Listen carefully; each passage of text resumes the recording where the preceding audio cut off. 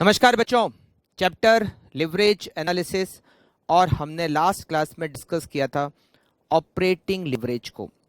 Operating leverage के बारे में हमने समझा था कि ऑपरेटिंग लिवरेज दो फैक्टर के बीच में रिलेशनशिप बताता है, जिसमें एक फैक्टर होता है सेल्स और दूसरा फैक्टर होता है ईबीआईटी।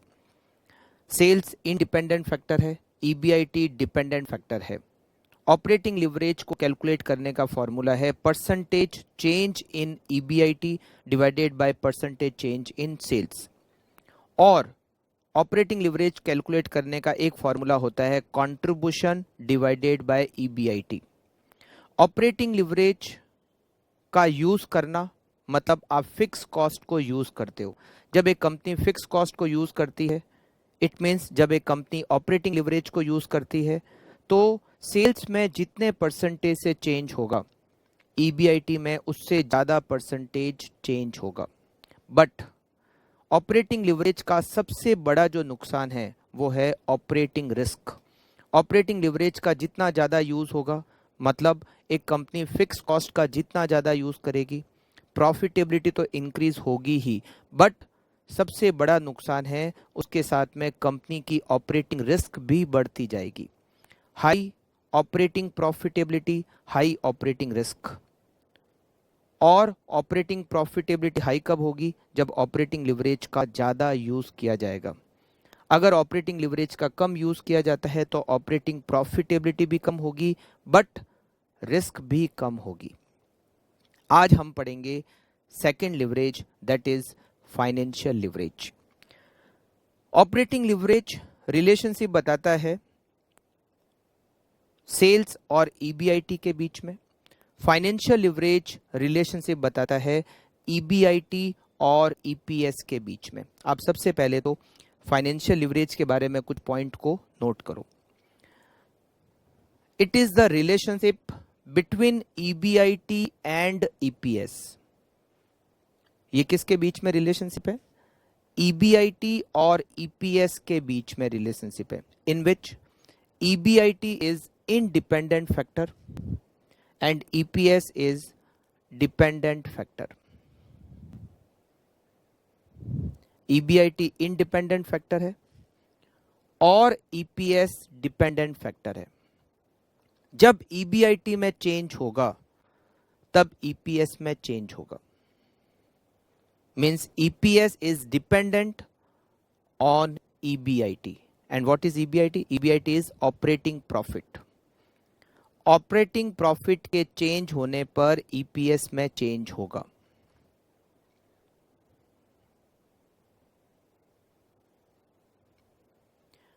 एक और पॉइंट नोट कीजिए, ईबीआईटी और ईपीएस में ईबीआईटी इंडिपेंडेंट फैक्टर है, ईपीएस डिपेंडेंट फैक्टर है। लिवरेज का फॉर्मूला क्या होता है? Percentage change in dependent factor divided by percentage change in independent factor. तो ईबीआईटी और ईपीएस में ईपीएस डिपेंडेंट फैक्टर है और ईबीआईटी इंडिपेंडेंट फैक्टर है। तो फॉर्मूला हो गया percentage change in earning per share divided by percentage change in EBIT. या फिर इसको हम ऐसे भी लिख सकते हैं, financial leverage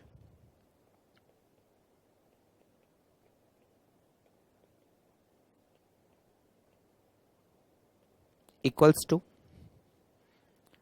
percentage change in EPS divided by percentage change in EBIT. Percentage change in EPS divided by percentage change in EBIT.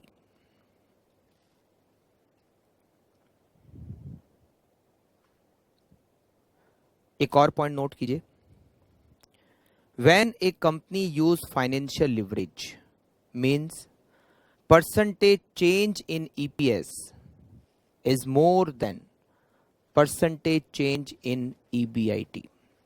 अगर एक कंपनी फाइनेंशियल लिवरेज का यूज करती है तो ईबीआईटी में जितने परसेंटेज से चेंज होगा ईपीएस में उससे ज्यादा परसेंटेज चेंज होगा। बट अगर एक कंपनी फाइनेंशियल लिवरेज का यूज नहीं करती है, it means change in EBIT, percentage change in EBIT and percentage change in EPS is equal। दोनों का परसेंटेज चेंज इक्वल होगा अगर एक कंपनी फाइनेंशियल लिवरेज का यूज नहीं करती है तो। इसका कॉन्सेप्ट सेम ऑपरेटिंग लिवरेज के जैसा ही है।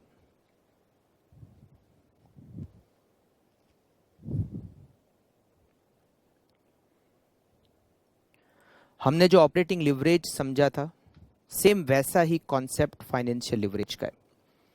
अब मैं आपको कुछ सिचुएशन लेकर फाइनेंशियल लिवरेज को बताता हूं। Situation first,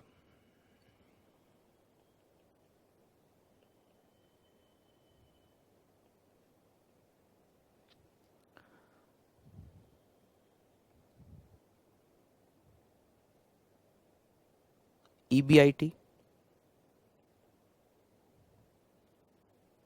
rupees 50,000 less interest. मान लेते हैं सिचुएशन फर्स्ट में कंपनी की कैपिटल में केवल इक्विटी है, मींस केवल शेयर कैपिटल है, डेप्ट नहीं है, लॉन्ग टर्म लोन, डिबेंचर, डेप्ट कुछ भी नहीं है, तो इंटरेस्ट भी क्या होगा? इंटरेस्ट होगा nil. Earning before tax, earning before tax 50,000, tax की रेट 40% लेते हैं।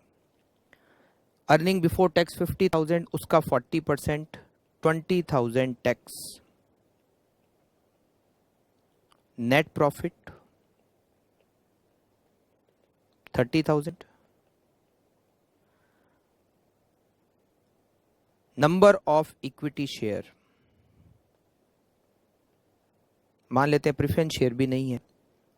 Number of equity share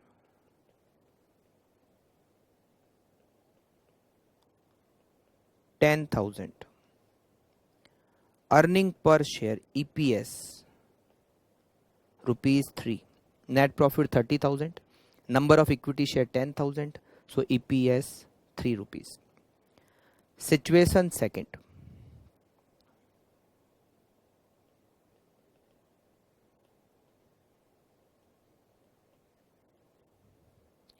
EBIT 50,000,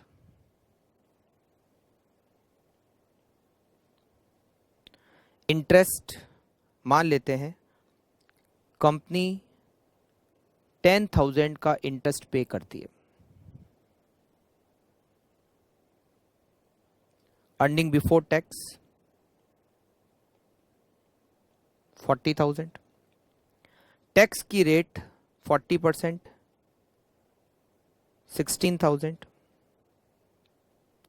net profit 24,000, number of shares 10,000 और अर्निंग पर शेयर ₹2.4। हमने दो सिचुएशन ली, situation first, situation second. Situation first में कंपनी के पास डेप्ट नहीं है, केवल और केवल इक्विटी शेयर है। सिचुएशन सेकंड में कंपनी के पास में डेप्ट भी है। अब हम इन सिचुएशन में चेंज करते हैं। मान लेते हैं EBIT 50,000 से बढ़कर 1 लाख रुपीस हो जाए, डबल हो जाए। Interest nil, earning before tax 1 lakh, tax की रेट 40%, 1 लाख का 40%, 40,000, net profit 60,000. Number of equity share 10,000. Earning per share 6 rupees. Situation second, EBIT 50,000 से 1 लाख. इंटरेस्ट फिक्स होता है 10,000. Earning before tax 90,000. टैक्स की रेट 40%, 90,000 का 40%. Tax 36,000. 90,000 minus 36,000, net profit 54,000. Number of equity share 10,000. Earning per share ₹5.4. अगर हम percentage change इन EBIT और percentage change in EPS को calculate करें. परसेंटेज चेंज इन EBIT, फर्स्ट सिचुएशन में अर्निंग पर शेयर 3 रुपीज और वो बढ़कर हो गया 6 रुपीज. 3 रुपीज से 6 रुपीज, चेंज कितना? 3. और किस पर चेंज? 3 पर चेंज है. It means earning per share 100% से इंक्रीज हो गया. 3 रुपीज से 6 rupees, 3 rupees change on 3 rupees, it means 100% increase. Percentage change in EBIT 50,000 EBIT से 1 लाख. चेंज कितना? 50,000 ऑन 50,000. सो 50,000 का चेंज 50,000 पर, it means earning before interest and tax 100% से इंक्रीज. EBIT का चेंज 100%, अर्निंग पर शेयर का चेंज भी 100%. Situation second, situation second में earning before interest and tax 50,000 से 1 lakh, it means 100% change.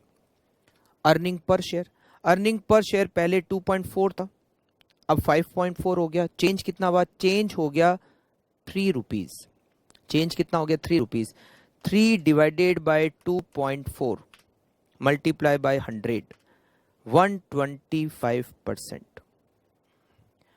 First situation में EBIT 100% से इंक्रीज किया हमने, EPS भी 100% इंक्रीज हो गया. मतलब जितना इंक्रीमेंट हमने EBIT में किया, जितने परसेंटेज चेंज हमने EBIT को किया, same percentage change earning per share में भी हो गया.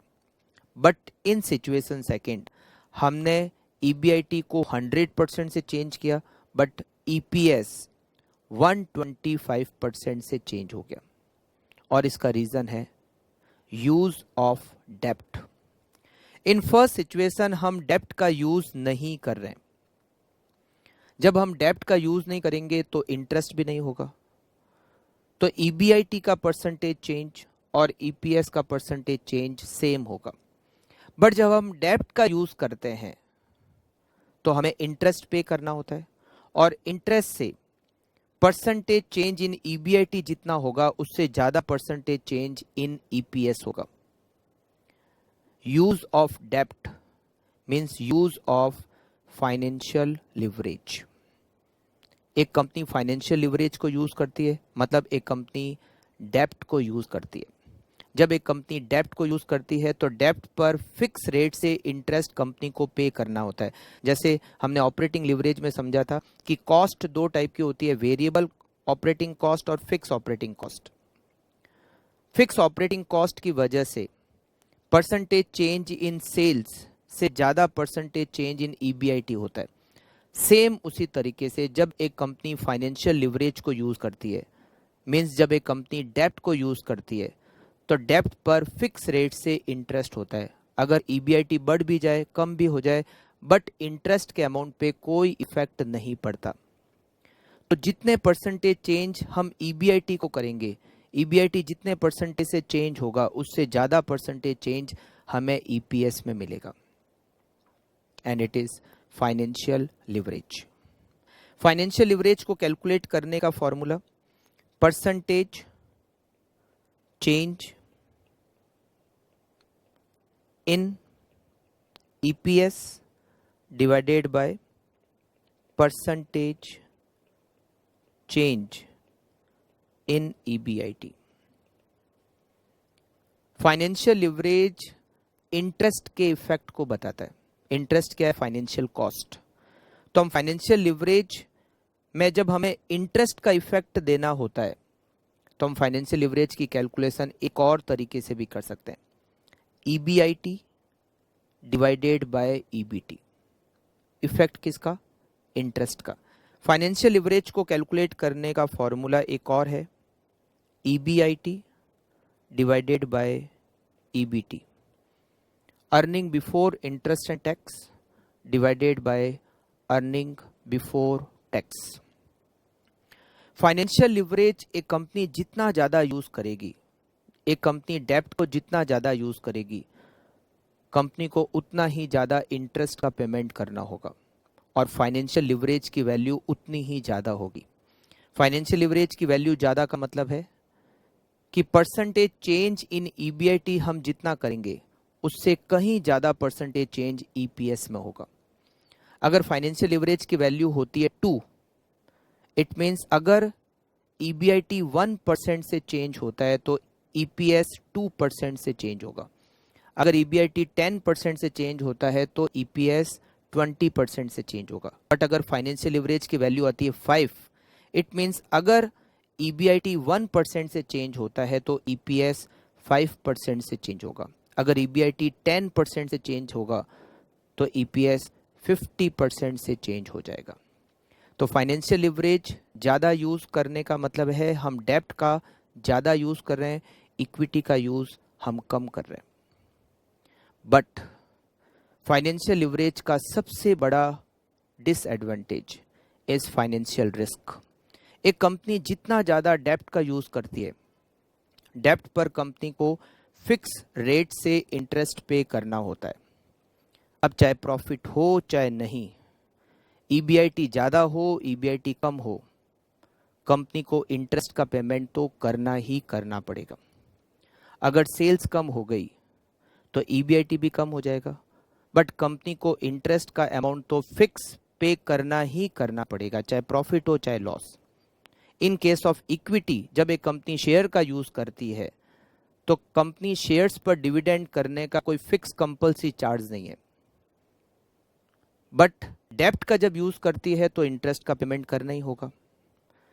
अगर कंपनी की EBIT इनसफिशिएंट है, इंटरेस्ट से भी कम है, फिर भी कंपनी को इंटरेस्ट का पेमेंट तो करना ही होगा, मतलब कंपनी को लॉस हो सकता है, कंपनी को रिस्क है। अगर कंपनी डेब्ट का यूज़ करती है तो कंपनी को डेब्ट की वजह से लॉस हो सकता है, क्योंकि कंपनी को डेब्ट पर फिक्स इंटरेस्ट का पेमेंट करना पड़ेगा। एक बिजनेस में जितना ज़्यादा इक्विटी का फंड इन्वेस्ट होगा, डेब्ट का यूज़ कम होगा, उतनी कम रिस्क होगी। बट एक कंपनी में, एक बिजनेस में जितना ज़्यादा डेब्ट का यूज़ होगा और इक्विटी का यूज़ कम होगा, उस कंपनी में उतनी ही ज़्यादा रिस्क रहेगी। और ये जो रिस्क है, जो डेब्ट को यूज़ करने से हमारे बिजनेस में रिस्क क्रिएट होती है, that risk is called financial risk. तो फाइनेंशियल लिवरेज का सबसे बड़ा बेनिफिट, फाइनेंशियल लिवरेज को ज़्यादा यूज़ करना मतलब प्रॉफिटेबिलिटी को इंक्रीज करना, बट फाइनेंशियल लिवरेज को ज़्यादा यूज़ करना मतलब फाइनेंशियल रिस्क को इंक्रीज करना। High return high risk. But अगर आप फाइनेंशियल लिवरेज को कम यूज़ करते हो तो आपकी प्रॉफिटेबिलिटी भी कम होगी, बट रिस्क भी कम होगी। तो अगर आप ज़्यादा रिस्क लेने के लिए तैयार हो, अगर आप ज़्यादा फाइनेंशियल रिस्क ले सकते हो, तो फिर आप ज़्यादा लिवरेज का यूज़ कर सकते हो, फाइनेंशियल लिवरेज का ज़्यादा यूज़ कर सकते हो, मतलब आपकी कैपिटल में डेब्ट का ज़्यादा यूज़ कर सकते हो। It increase profitability but it increase risk. हम फाइनेंशियल लिवरेज को इस इमेज से समझ सकते हैं, EBIT और EPS, और ये इफेक्ट EBIT में जितने परसेंटेज से चेंज होगा, EPS में उससे ज़्यादा परसेंटेज से चेंज होगा। And the reason is fix financial cost. And what is fix financial cost? Fix financial cost is interest. आप जितना ज़्यादा डेब्ट का यूज़ करोगे, मतलब जितनी ज़्यादा फिक्स फाइनेंशियल कॉस्ट का यूज़ करोगे, फाइनेंशियल लिवरेज उतना ही ज़्यादा होगा, बट उतनी ही ज़्यादा फाइनेंशियल रिस्क भी होगी। High return, high risk, low return, low risk. Financial leverage को यूज़ करने से जो रिस्क होती है, हमने उस रिस्क को नाम दिया है फाइनेंशियल रिस्क। ऑपरेटिंग लिवरेज को यूज करने से जो रिस्क होती है उसको हमने नाम दिया है operating risk. Operating risk due to operating leverage, financial risk due to financial leverage. दोनों का कॉन्सेप्ट सेम है। ऑपरेटिंग लिवरेज में ऑपरेटिंग फिक्स कॉस्ट और फाइनेंशियल लिवरेज में financial fix cost. Operating leverage से ऑपरेटिंग प्रॉफिटेबिलिटी, फाइनेंशियल लिवरेज से financial profitability. Operating risk operating leverage से, financial risk financial leverage से। करेक्ट? तो दोनों का सेम कॉन्सेप्ट है, ऑपरेटिंग लिवरेज और फाइनेंशियल लिवरेज का। ओके, तो ऑपरेटिंग लिवरेज और फाइनेंशियल लिवरेज का कॉन्सेप्ट सेम है। Financial leverage is the relationship between two, one is EBIT, second is EPS। Financial leverage को कैलकुलेट करने का formula percentage change in EPS divided by percentage change in EBIT। EPS dependent factor है, EBIT independent factor है। एक और formula है EBIT divided by EBT, EBIT divided by EBT। Financial leverage ज़्यादा use, financial leverage की value ज़्यादा होने का मतलब है कि आप डेब्ट को ज़्यादा यूज़ कर रहे हो, प्रॉफिटेबिलिटी इंक्रीज होगी, बट फाइनेंशियल रिस्क भी हाई होगी। फाइनेंशियल लिवरेज को कम यूज़ करने का मतलब है कि आप डेब्ट का कम यूज़ कर रहे हो, प्रॉफिटेबिलिटी कम होगी, बट फाइनेंशियल रिस्क भी कम होगी। तो ये हमारा कॉन्सेप्ट खत्म होता है फाइनेंशियल लिवरेज का। मिलते हैं नेक्स्ट क्लास में, हम पढ़ेंगे combined leverage. Okay, thank you, bye bye.